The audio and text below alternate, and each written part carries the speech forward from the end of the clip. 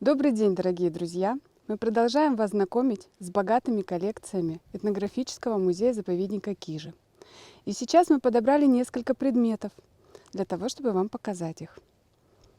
Прошу в дом!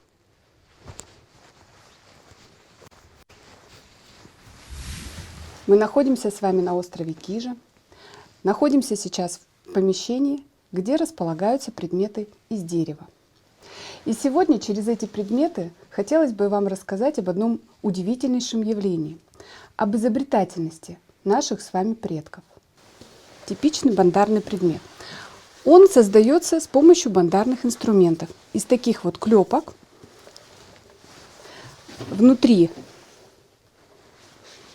делается специальным инструментом, уторником паз, так называемый, и вставляется дно. Вся эта конструкция связывается обручами. Вот, казалось бы, обычный предмет. В этой посуде хранили и жидкие, и твердые продукты. А иногда в нем грели воду. Вот видно следы ожогов. От камней воду нагревали очень часто таким способом. Складывали камни горячие, и нагревалась вода. Раньше крестьяне не могли пойти в магазин и запросто купить себе любой предмет, любой инструмент, посуду из металла или из пластика. Они могли использовать лишь то, что у них было под рукой – дерево. В основном это дерево. Это долговечный материал, легко доступный и пластичный.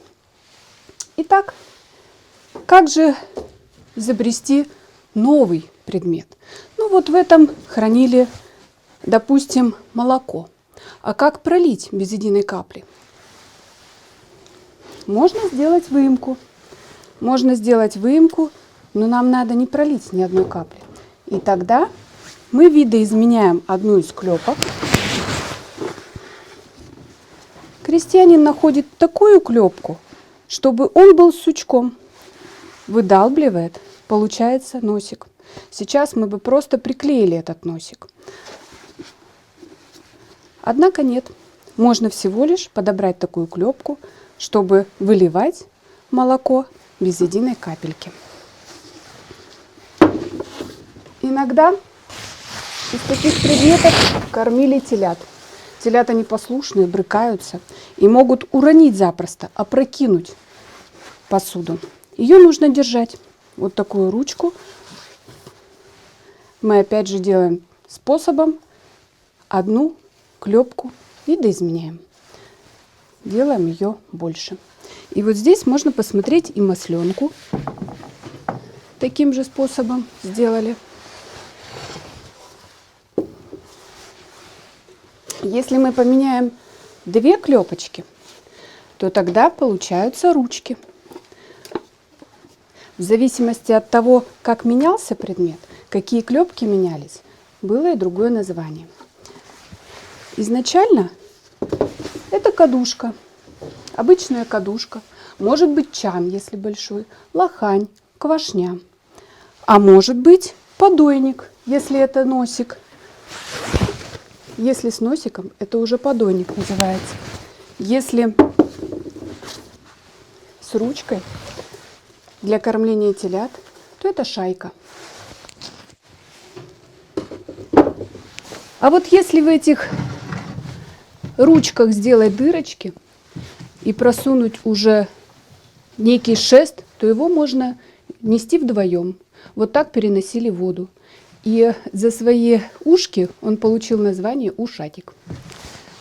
Крестьянский труд был очень сложный. Женщине приходилось много работать, нагибаться, спина уставала. Как постирать в низком предмете белье? Опять же на помощь приходит смекалка. Вот такая вот лохань на ножках. Крестьянин ее изобрел уже благодаря тому, что изменил клепки на нижние ножки, удлинив тем самым несколько клепок. Вот таким вот образом наблюдательный ум у крестьян, у наших с вами дальних родственников, позволял им наблюдать и видеть в природе то, что обычному глазу не видно, и использовать в своей жизнедеятельности. Оставайтесь с нами, вы узнаете еще много интересного.